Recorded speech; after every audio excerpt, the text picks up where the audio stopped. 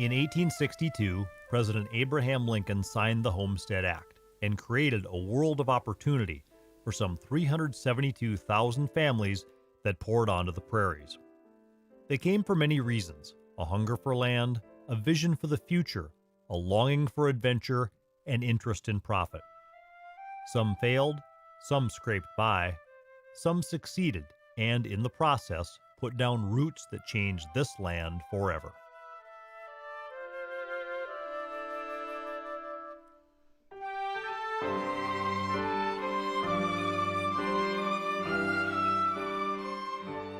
Production funding for homesteading is provided by North Dakota Humanities Council, North Dakota Council on the Arts, Minnesota Arts and Cultural Heritage Fund, and the citizens of Minnesota, and by the members of Prairie Public.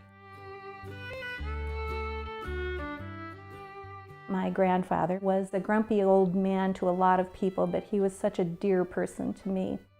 And one day I came for a visit and he said, "Come here, I have something for you."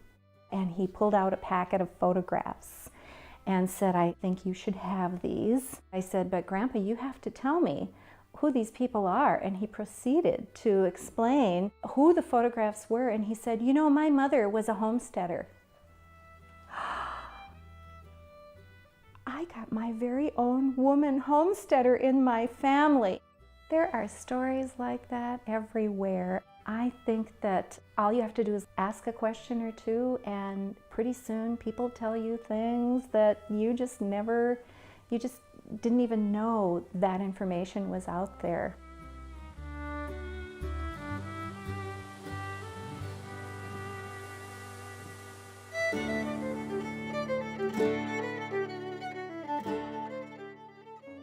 It was called the Great American Desert, a wasteland, a barrier to be crossed on the way to the Pacific coast.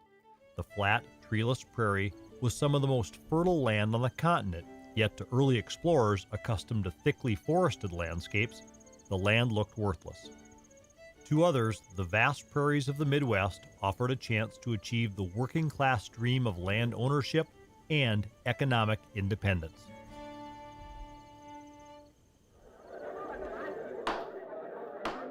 Be it enacted by the Senate and the House of Representatives of the United States of America in Congress assembled, that any person who is the head of a family or who has arrived at the age of... At the height of the Civil War, passage of the Homestead Act brought an end to decades of bitter controversy over federal land policy. The act at last achieved what so many had worked so long for, ensuring that it was not just the rich and powerful who would claim the unbroken plains, but anyone willing to work to achieve their dream of becoming landowners. Upon which said person may have filed a preemption claim.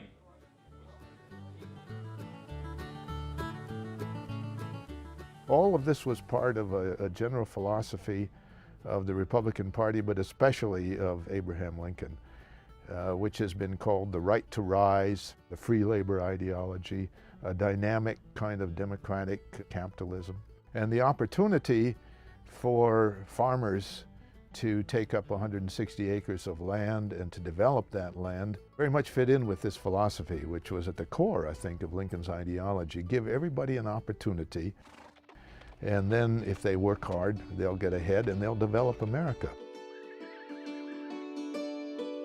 March 1st, 1884. Dear old friends, you speak of going to Nebraska. Let me say to you that Nebraska is a nice country, but the government lands are about all taken there. I came to Dakota 3 years ago last fall with Mr. Wilder. We liked it then, and we still like it. I could start from my very door and mow a straight 100 miles if I choose. The same with breaking no stumps, no roots, with very few stones to interfere in any way. The soil's good, and it makes a fella feel good to get good crops. A homestead or tree claim costs first on entry $14, and at time of proof of residence costs $4 more, making $18 for 160 acres. Is this cheap enough for you? If so, pull up stakes and come to Dakota as soon as you can. When you are about ready to start, write me, and I will tell you where to land here. Newcomers are arriving here to get a slice of Uncle Sam's domain. And what other folks can do, why with patience cannot you. Only keep this rule in view, come to Dakota and begin anew. J.G. Towley. The primary reason people came out to the Great Plains was because of land. The Land Acts during the 1800s provided free land or greatly reduced cost land to the people who came out. And at the time, the United States and the world was an agrarian society. And so land ownership meant economic enhancement, it meant power, it meant a future for your family. So the vast majority of people came out to seize on the opportunities that free land presented to them. When I began to research my great-grandfather, I didn't know very much about him.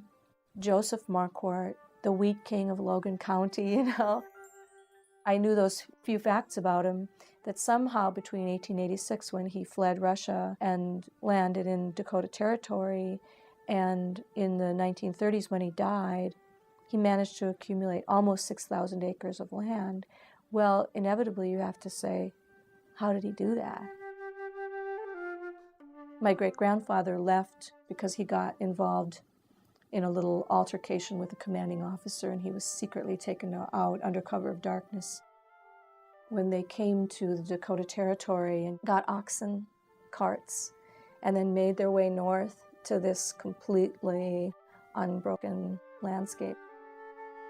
Apparently my great-grandfather's response to it was just complete awe, amazement, excitement, just exhilaration. He saw what he would make of it. He saw a kind of a completely blank canvas that he could just build a life on.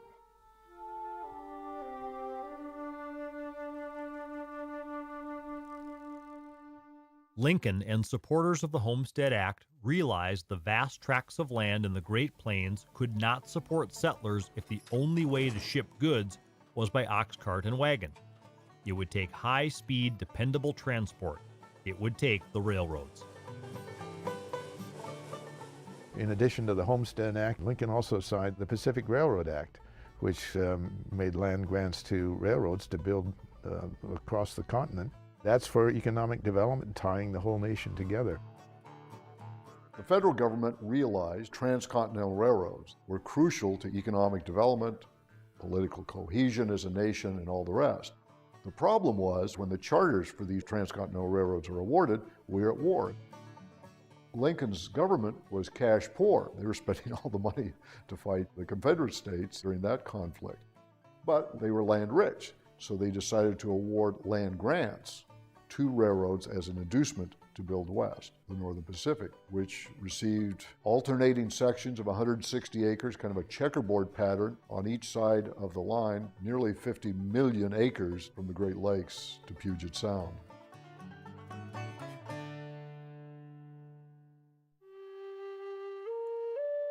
For 10 years, we had no neighbors to the north of us except the antelope visited us now and then. The first human visitors were Indians. Never before had I seen Indians. These came for several summers to make their appearance and hunt. Not far from our house, they set up their tent, and we must say this for the Redskins. They were more ambitious than we. Frau Louisa Winkler. It did not seem to matter in the least to supporters of the Homestead Act that the lands about to be given away were, in fact, already populated. Before homesteading could occur, there had to be some way of taking the Indian title from them. Settlers were, in many cases, clamoring to get in, and a few of them, of course, had anticipated and had moved across the Red River and began to, in effect, squat or set up places that they thought were on national land. And of course, most of it, the title was still part of Indian land. As a result of the Fort Laramie Treaties and the Dawes Act of 1887, the government seized title to millions of acres of Indian lands. The United States did see all of this as a way of getting Indians out of the way and of making land available to real Americans. And in fact, you often hear that phrase, real Americans. And Indians were simply not going to be allowed to stand in the way. Quarter section by quarter section, railroad and government lands began to attract homesteaders. At first just a trickle, but soon a flood. June 17th, 1878. My dear mother, no doubt by this time you are all wondering where Ed is and what he is doing. I have serious thoughts of pitching my tent right here, not a fence to be seen in any direction. The air is so clear and light you can see farmhouses nearly 10 miles away. I wish you could see this country and the immense fields of grain on the prairie. There is one whole quarter section about a mile distant of wheat nearly ripe. It looks grand. I tell you, this country air makes me feel like a different man. With much love to all, I am your affectionate son, Edward C. Kennedy. There was a great deal of boosterism. The railroads especially, they had their agents in Scandinavia and in Germany. They tied up with steamship companies, so somebody could buy a ticket, one ticket, that would get them across the Atlantic and then on the railroad to wherever they were going to go. Thanks to aggressive marketing by both the government and the transcontinental railroads, lands opened up by the Homestead Act drew settlers in unprecedented numbers. My dad's name was Arnie Thorsted, and mother was Hilda. They came to this country in 1903. My oldest sister was born in Norway. She was 3 months old when they came over. How they decided to come to North Dakota, I have no idea, but I suppose it was homesteading. If you weren't the oldest son, you had to get out. That was the way it was over there. They came. A lot of people came at that time, you know. When my aunt and uncle came, it was in the fall. It was so rough, and they were so sick. So it makes a difference what time of the year, I think. When my folks came, it was in May. Mother said the water was just barely a ripple, you know. She said her and Dad danced all the way over here. They loved to dance. That was the best time of her life. Between 1878 and 1890, the non-Indian population of the Great Plains would skyrocket from 16,000 to more than 191,000.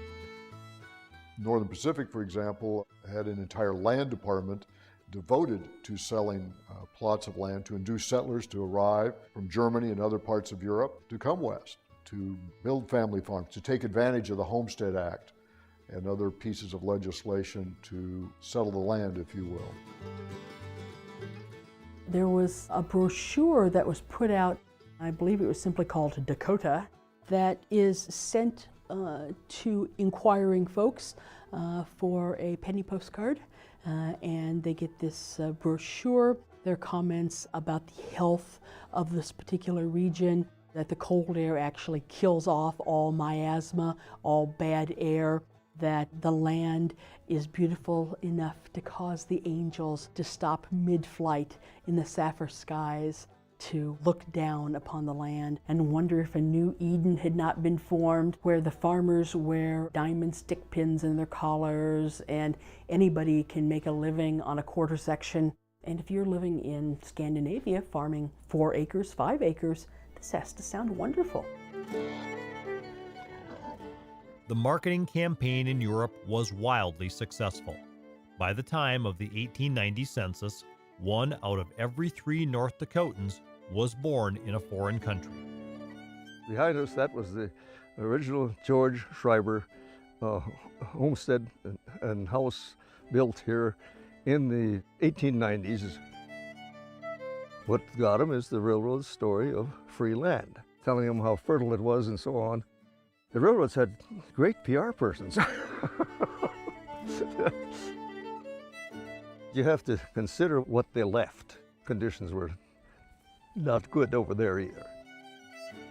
They both came from the Alsace-Lorraine territory originally, as the wars would just keep going back and forth. And when they heard free land in the United States, well, after all, if the guy back here is shooting at you and the gate's open over there, you might as well head for the open gate. I think they did anticipate that this would encourage immigration.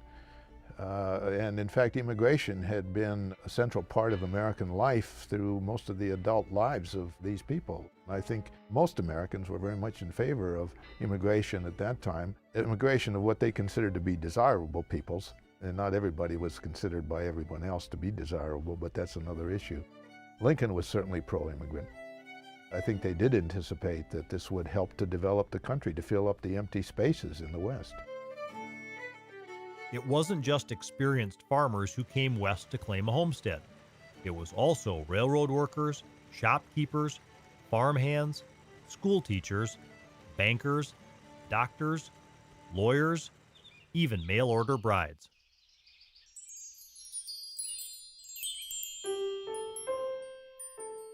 My grandmother came over in 1898 and went through Ellis Island. She had come from a city called Sauri. In those years, it was probably a part of Hungary. She went to Mansfield, Ohio, and she worked there for a while, whether it was just to get more money to come to North Dakota to see her sister, but I believe that she also was putting a dowry together because her sister arranged a marriage for her. When she came up here, she got off the train, and I'm sure that the only thing that was there was the train station. It was absolutely treeless, just plains. It was just flat, and all she could see was those railroad tracks going, and she thought, well, that train can't turn around. I'm stuck here. She felt that she was never going to get out of North Dakota, that she couldn't.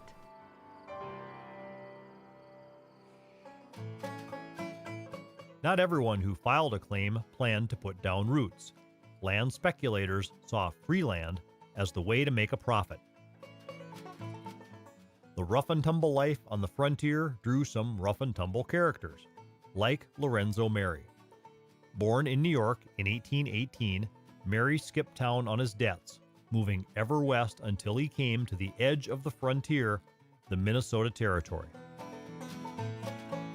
He happened to have military script that he got his hands on from a seaman who served in the Mexican-American War.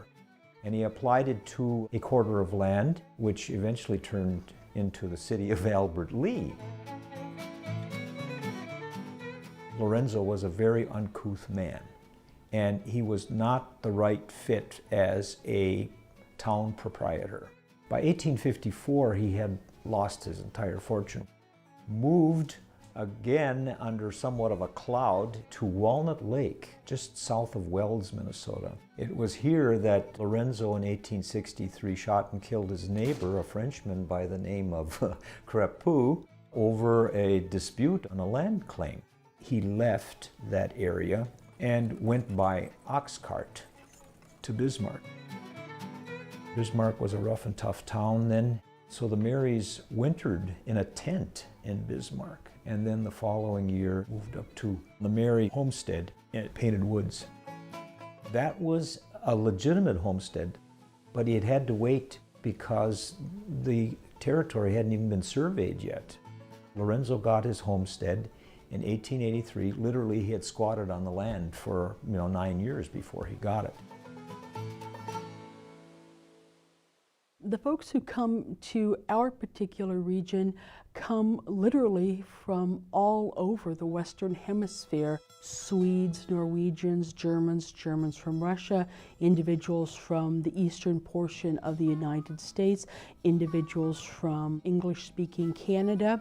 They come with a variety of skills, they come with a variety of talents with regard to homesteading the Great Plains.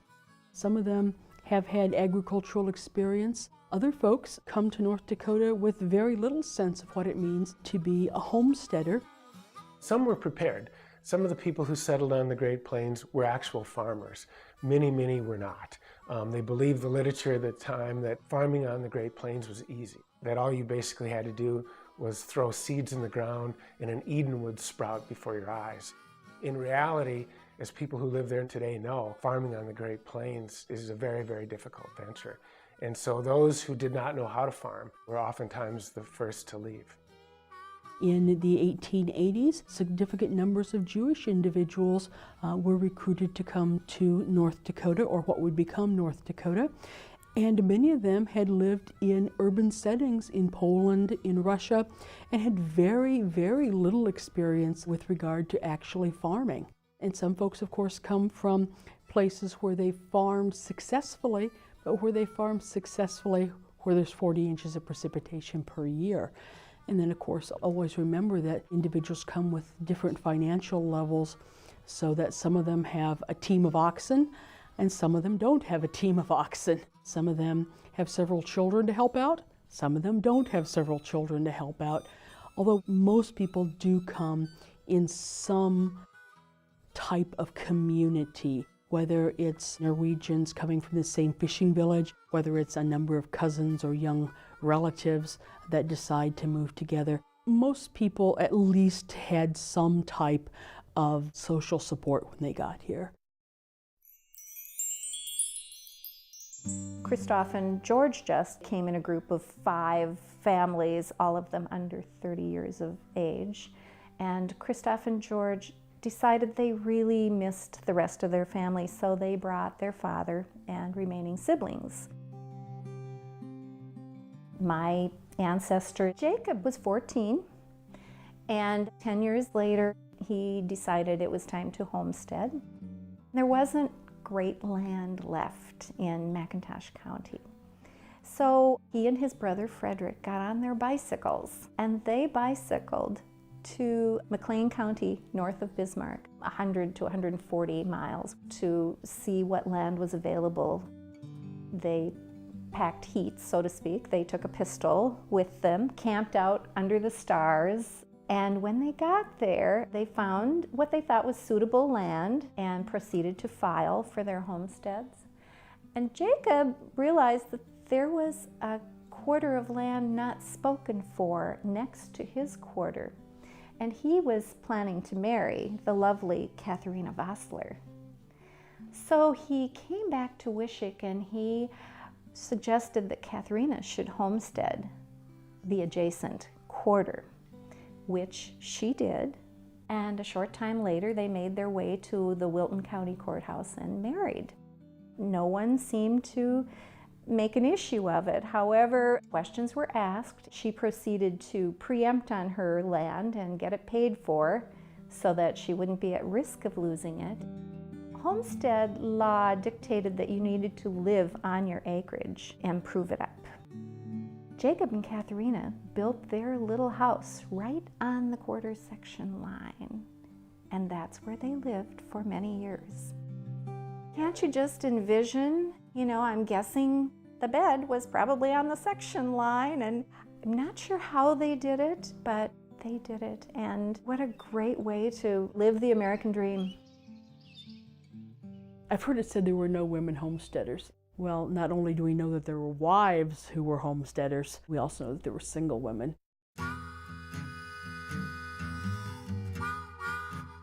The original Homestead Act of 1862, as passes through Congress, says that to claim your free piece of land, you must be the head of your household, which generally means a man, but of course there is the opportunity for women, if they are single, widowed, divorced, to claim a piece of land. Women did indeed homestead on their own.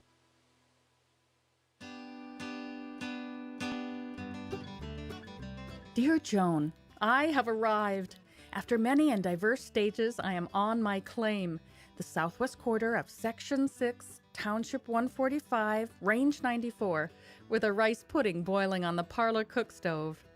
Thursday, we unloaded my goods from the train all day, and early Friday morning, Ringling and his circus left the town. I led on my bicycle. Cass followed with his horse Boxer and my Democrat wagon loaded with necessary leftovers. Bill, with my load of lumber and my portable house, came next, and then Harland on the bandwagon, and then Ringling himself in the top buggy. After dinner, we all pitched camp on my land. Dirty? Oh, you never saw such a dirty bunch. But there is very little wind. Oh, and the mornings and evenings are beautiful. The meadowlarks sing beautifully, and altogether it is fine and dandy. I told Mother I didn't like to be my own trumpeter, but I didn't believe that Father need be ashamed that I was only a girl. Love to all, George. P.S. Forgot to say my nose is peeling. Walter Prescott Webb, in his really famous historical work, characterized men and women as very, very different. The men were enthusiastic, they were adventuresome, they were seeking adventure, but women were reluctant, lonely, scared, and those stereotypes really didn't pan out.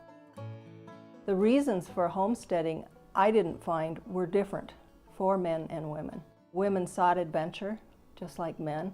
One of them mentioned they were simply curious.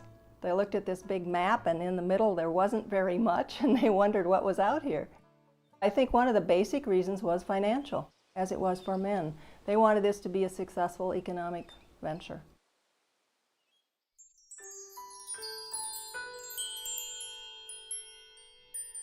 My grandmother was Tira Shanke, and her claim was in Williams County, just south of Tioga, just about to the Missouri River. She married my grandfather, Henrik. He had just gotten through with his residency, so they emigrated to the United States and ended up in North Dakota.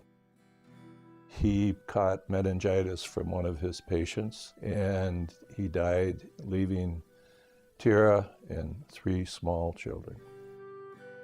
She and Henrik were very much in love, and it was a very hard thing on her that he died. She had a strong will, and she didn't want to go back and be a burden on the family. They had with them a nurse that they brought from Norway. They were very close, and the 2 ladies decided to go out and claim the homestead, eventually get enough money, maybe sell the claim and go back to Sweden. Tira claimed 320 acres. The nurse was slightly less than that. They had primarily cattle and horse that they raised. Once she got out there, she really felt that that was a good thing for her, that it was healthy, that she liked working with the animals. She just decided that she was going to make this work. She had 3 young girls. She put them all through college. I think on her will, she made all that happen. She makes reference to the fact that had she either gone back to Sweden or continued to live in a town, she would be agonizing over his death. Whereas out on the homestead, she was so busy that she felt that it helped her get over the fact that the love of her life was gone.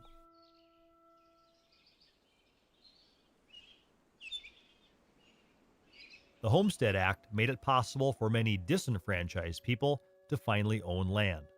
Women, freed slaves, immigrants, urban poor, even eventually Confederate soldiers. But one group was not permitted to file a homestead claim: Native Americans.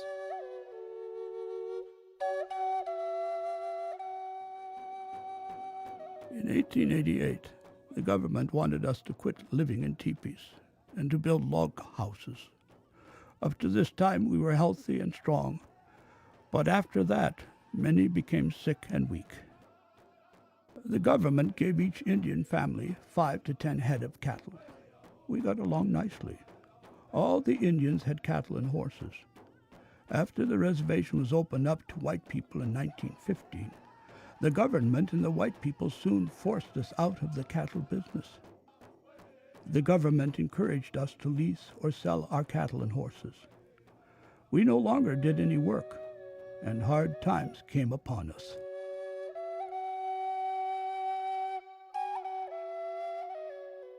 Following the 1862 Dakota conflict, starvation among the Dakota Indians on the Santee Reservation in Nebraska led a determined group to force the government to examine that prohibition. Many of the Dakota were Christians. So at one point, 24 families from Santee Reservation, Christian families, just got up and moved along with their minister up to the area of what is now Flandreau, South Dakota. And they just settled there. They said they weren't going to go back to Santee because people died there. And they were trying to become farmers, and they were trying to be civilized. They were trying to be good Christians. And the question arose, can they homestead? And there was a big debate that went back and forth in the Dakotas as well as in Congress and at the Bureau of Indian Affairs. And the issue was Indians weren't people. They had no standing in law. So how could they possibly file on a homestead? Even though, of course, we would let foreigners do it. Eventually, somebody finally said, why don't we just be logical? We want them to assimilate, don't we? And so they allowed them to take homesteads if they agreed to give up being Indian, that they would have to renounce their tribalism. 23 or 24 people went to Yankton, which was then the capital, and filed agreeing to give up their Indian citizenship and to just be like other Americans. They filed around Flandreau. They became taxpayers, private property owners. So you had the curious thing of Indians taking advantage of the act and the United States deciding that they were people. One of the reasons they were allowed to do that is because some of the non-Indians, the German Russians in the area, who had been homesteading already, said they really wanted the Dakota to be their neighbors. They were good neighbors. In fact, they were way better than the Norwegians.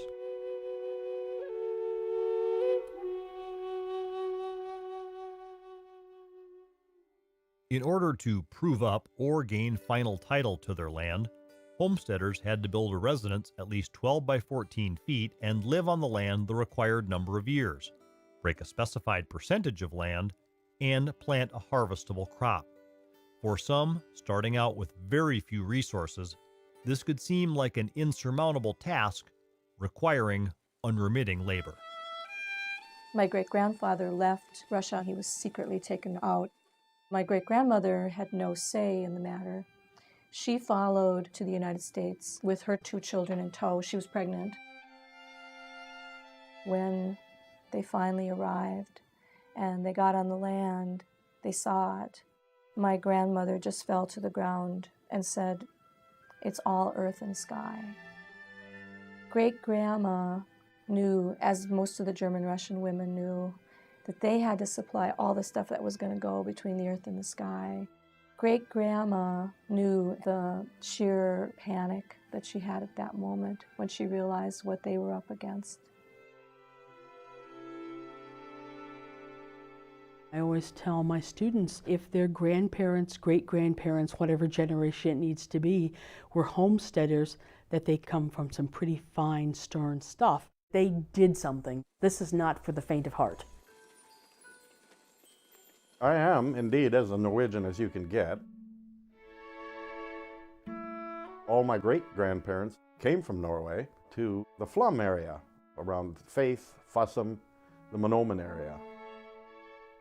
They knew that land was available and free because of the Homestead Act, so they knew what they were aiming for. I don't think they were expecting anything of what we might think about now. They lived in sod houses until they could build log houses. If they ran out of kerosene, which they did regularly, they burned lard. There was not many stores around, so they always had livestock, so there was milking and there was feeding and crops, etc. In fact, I can't even imagine how hard that they worked back in those days, but you know, you pushed a plow, you didn't climb onto the tractor. Growing up on a farm, you had chores very early in life. 3 or 4 or 5 years old, you fed the chickens or the pigs or something. So imagine when you had nothing else. Your entire livelihood depended upon that cow and that pig and those chickens. They were well taken care of, and that was usually the children. My mother used to tell me stories, how hard the work was and how it never stopped. Her father was very stern. There was no fooling around with him. Normal farming life could be pretty serious. If you cut yourself, you sewed it up or, just used mud to shut it. So it wasn't an easy living. They all somehow made it through. I knew most of them. That's how long they lived. I think they were very happy with what they had. Because of their longevity and their cheerful demeanor, they did well for themselves. In fact, one of the farms that they began is still in the family, and it's been in the family for roughly 130 years. We get these images sometimes of the tremendous danger involved, and there was danger involved, there's no doubt about it. Medical emergencies that could not be treated. If you throw in not only missing your home community, your family members, your religious background. We hear of some of the Jewish homesteaders who had no rabbi for months, if not years at a time, and could not properly celebrate marriages, could not properly celebrate births, could not properly slaughter livestock.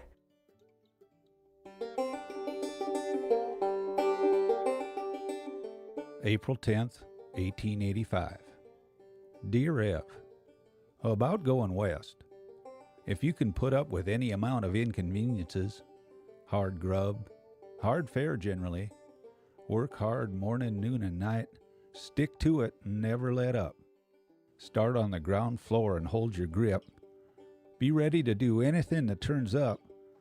You can make a success of it in the West. The West is no place for soft saps, nor for faint hearts. All she asks from those who come is to stick by her, and those who stick win. Love to Lizzie and Af, Ed. Some homesteaders came to the Great Plains with enough money to start out with the comforts of home. Others barely scraped by.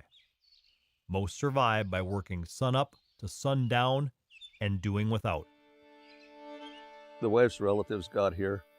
They knew that there was someone here to give them shelter for a little while until he found land that they could claim and where great-grandfather thought he would want to settle. They had to live in a dugout thing with the chickens. There was also the chicken coop. He also worked laying brick in Dickinson, building Dickinson's. He'd walk. They said how he would go to Dickinson and build for contractors up there, and then weekends he'd come home and he'd carry a 50-pound sack of flour on his shoulder and bring the flour home that the wife and the kids could keep on baking while he was gone again. That's what they survived on. They had to work very hard, and my mother had to work right beside my grandpa. In fact, my mother told me that they were out working in the fields, and Grandma went into labor, and she went to the side of the field and gave birth. She went to the house and handed the baby over to one of the older kids, and within hours she was back in the fields again. I can't imagine it. It was hard work, there's no doubt about it. Very hard work. We do have a certain image of what it means to be a homesteader, what it means to be a pioneer. If you think about free land, which is what the Homestead Act promised you, there's no such thing as a free land. There's no such thing as a free lunch. You would end up spending a fair amount of money to claim this piece of free ground, whether it was the acquisition of horses, acquisition of oxen, buying boards for a barn, buying boards to line a well. It's been estimated that free piece of land was probably going to cost you approximately $2,000 to $2,500, but still it is free. And people took advantage of it. They moved west. That $2,500 investment represented a terrible gamble for homesteaders, given that the average annual income for an urban worker in the 1880s was only $250 per year. After paying for their passage and buying basic farm necessities, many arrived on their homesteads with little cash left. If their first crop failed, they risked losing everything. Poor people had to start from scratch, you know. My dad and mother, they worked on a farm down by Hannaford, and I suppose saved up their money maybe and came up. It was tough sometimes. I can remember hearing a lot about mortgages. They didn't live as we do now. They ate what they raised, and it was a good life. They didn't grumble because they didn't have anything. They just went about with what they had. Even given the huge investment and hard labor needed, the promise of free land continued to draw homesteaders, filling up the fertile tall grass prairie and pushing settlement into the dry, marginal land of the high plains. There were factors and a force out there convincing people that farming would be easy on the Great Plains. The railroads had a vested interest in having people settle on the plains because it meant their ability to unload some of the free land that they were given. It also meant that they could make money hauling freight out and crops back off the Great Plains. State and regional and territorial promoters had an interest in seeing the region get settled. And so they would produce a lot of literature creating the impression that farming would be easy on the Great Plains. Railroad promotional literature had come up with some pretty crazy things. Notions of the rain follows the plow. If you just plow up the prairie grasses, the rain will follow. Some theories held rain would follow railroads because you had two lines of steel going across the prairie and it would set up some sort of electrical charge that would release rain in the atmosphere. You have to understand that it was 100 years ago or more, and people were much more gullible during the period. And they wanted to believe. They wanted to believe that they could make it on the Great Plains, they could be successful with their free farm.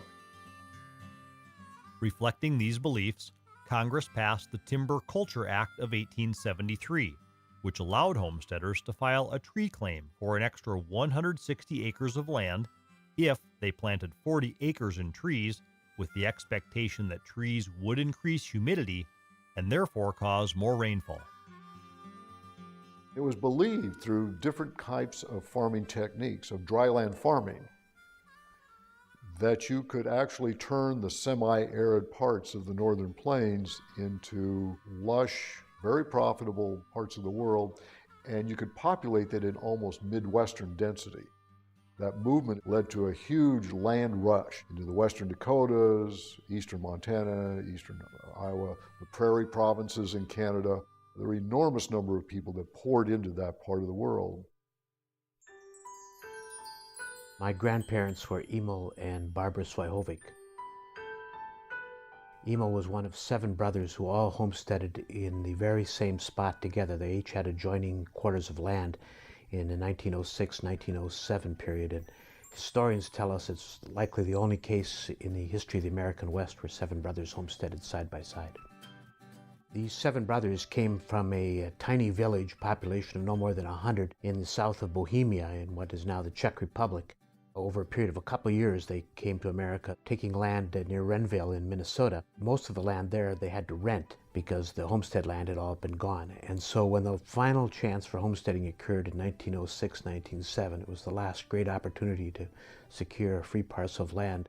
They made a rush for southwest North Dakota and homesteaded together on the Henniger and Adams County line. When they came out, they caught a wagon and came down from Gladstone, North Dakota, which was on the Northern Pacific Main Line. They didn't have much time, and it was a long trip, so they quickly picked out land, each one saying, I'll take that quarter, you take that quarter. When they got done, several years later, my grandfather, Emo, realized he'd gotten the worst quarter. It was sort of stuck in a hollow and rocky. He was always sort of bummed that he hadn't given it more thought. As the century came to an end, it seemed as if homesteaders were out of luck finding productive land. Still, even at the end of the Great Land Rush, some hit the jackpot. The homesteader, in this case, is my mother, Elma Thompson King. She came from Elbow Lake, Minnesota, and she homesteaded in 1916. It was kind of unusual because the homesteading rush was in the early 1900s, and her claim is a school section. For some reason, the powers that be said, we're going to open this section for homesteaders. And there, of course, were so many applicants that they had to have a lottery. I'm sure my dad told her about the lottery, and so she signed up, and lo and behold, she won. He finally proposed. I don't know if the homestead was the reason he proposed or not, but he did. This was in 1916, and 1916 was a leap year. And in those innocent days, unwritten rule was that girls could ask the boys to marry them in leap year. So my mother told my dad, I will not marry you in 1916 because it's leap year. We have to wait. They were finally married July 18th, 1917. Her trying to win the lottery was unusual, but she was a lucky lady. She used to play bingo all the time. She always won. Even those fortunate enough to claim land found their luck ran out. May 6, 1885. This is awful country, and I want to live east. Freezing cold. Milk frozen cupboard, water froze by our bedside. We suffered with cold all day.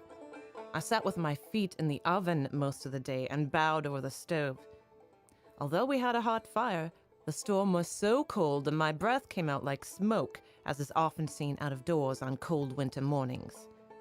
Such is the life in a claim shanty of the far west. Julia Carpenter.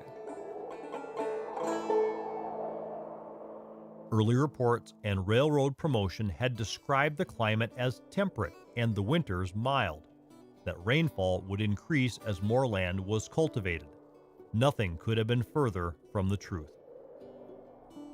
The first winter, they nearly starved to death. A prairie fire had arrived just before they got there and burned off everything from the Rainy Buttes in New England all the way to the Missouri River.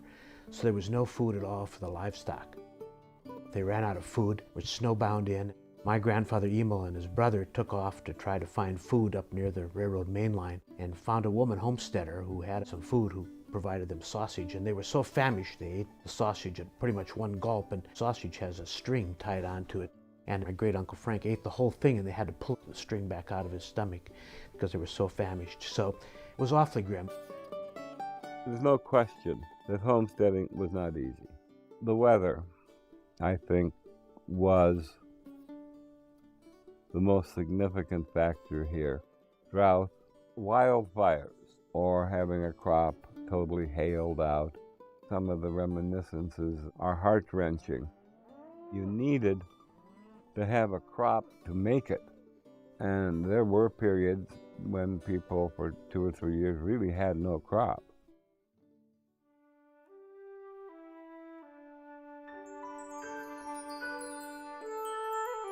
My ancestors on my father's side were homesteaders. They fled famine in Ireland and settled on small, successful farms in southeastern Minnesota. And then at the turn of the century, the lure of free land on the Great Plains proved too much for them. So they sold their highly successful small farms and took 160-acre homesteads in the Bowbells Northgate area in North Dakota. They did well for a little while when it rained, when commodity prices were up. But then, like a lot of homesteaders, they eventually lost their farms due to drought, due to the Great Depression, due to low commodity prices. As I was growing up, I was always haunted by the existence of abandoned farmhouses on the Great Plains. At the time, in the 60s and 1970s, abandoned farmhouses were everywhere. And as we drove around, I often wondered if there'd been families like ours living in these houses, and if so, where they'd gone. On top of it, every one of these houses, to me as a child, looked like their existence had been interrupted. These weren't houses where people had moved to a bigger house down the road. They were houses that had their existence interrupted due to factors beyond the control of those who lived there.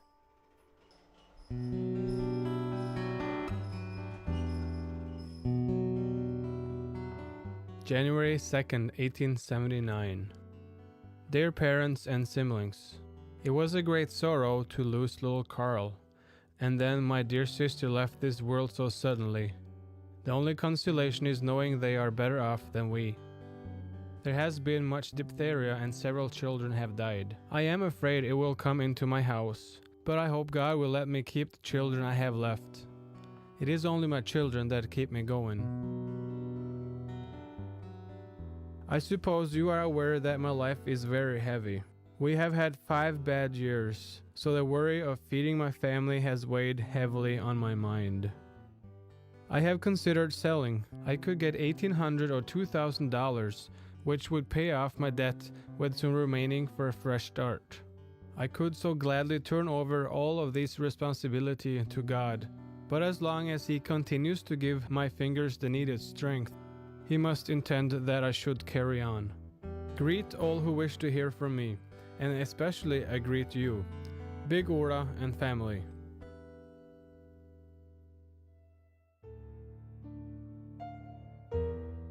As homesteads failed and burgeoning prairie towns emptied, fingers pointed at the railroads. I think it'd be fair to say that the railroads in general and the homesteaders in general enjoyed a love-hate relationship. The railroads were crucial for homesteaders to get their crops to market, as well as to receive goods arriving from the East Coast. They loved to have them. They would move towns even to make sure they were close to the railroads. It was absolutely crucial to have access to rail transportation and therefore the national market. That's the love aspect of this relationship. The not so loving, the hateful part is the railroads were seen as rapacious, as charging too much, as gouging, as a special interest in our terms. And thereby were frowned upon. They was seen as a grasping institution run by people who didn't work hard as opposed to those who tilled the earth. Whatever the railroad's faults, the fact is that it wasn't just the railroads that caused homesteaders to fail. Blizzards killed livestock, drought dried up tree claims, hail destroyed crops, grasshoppers devoured what was left, and disease decimated families. In the 74 years between the signing of the Homestead Act in 1862 until it effectively ended in 1936, more than 2 million claims had been filed. Of those 2 million claims, fewer than 40% were successfully proved up. Despite adversity, the diaries and letters of even the most struggling homesteaders showed dogged determination and the belief that if they could just hang on, things would look up for them.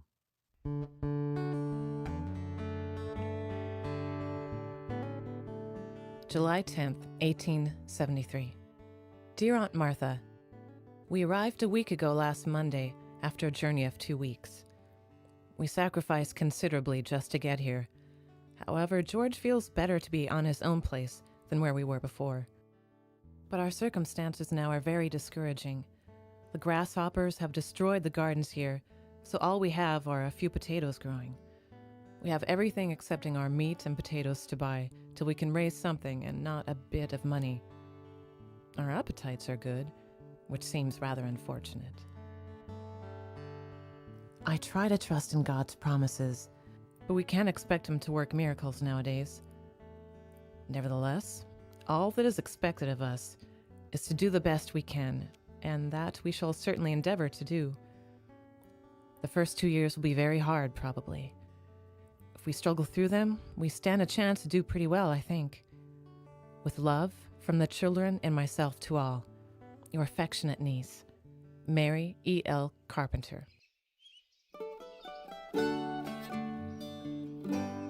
Despite the hardships, many homesteaders were able to pass on their legacy.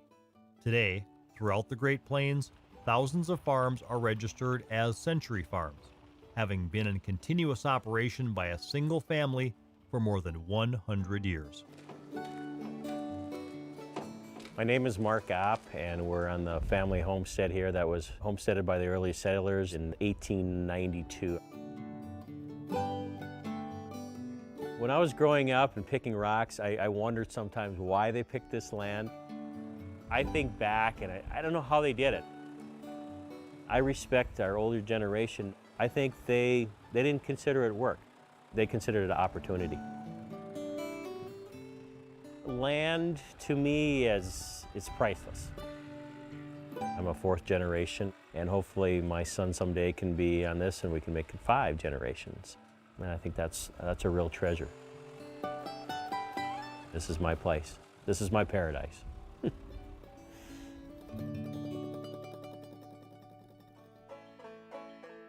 In the end, the Homestead Act achieved Jefferson's dream of settling the great American desert with the hardy descendants of yeoman farmers. Horace Greeley, Abraham Lincoln, and other architects of the Homestead Act foresaw the plains covered with family farms, schools and churches dotting the landscape, the fertile soil raising crops and livestock to feed the world.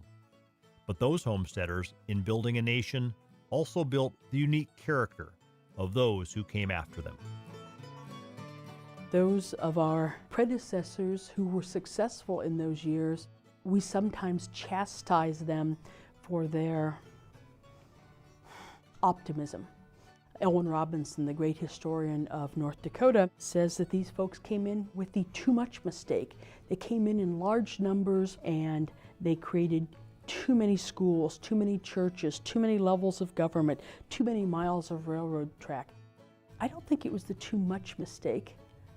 I think it was a boisterous sense of optimism, that these folks knew that they were on the cutting edge of what it meant to be an American.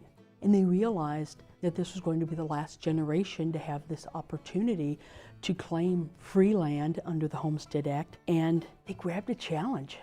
I'm not certain I would have run up to the challenge, but I'm grateful that others were.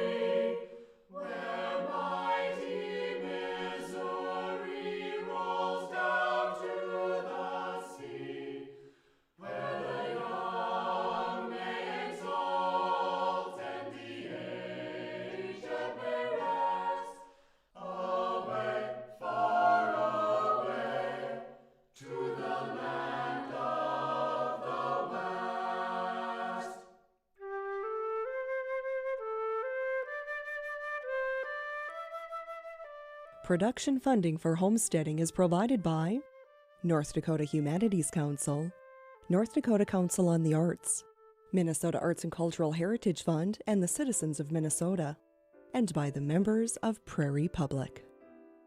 To purchase a DVD of homesteading, call 1-800-359-6900.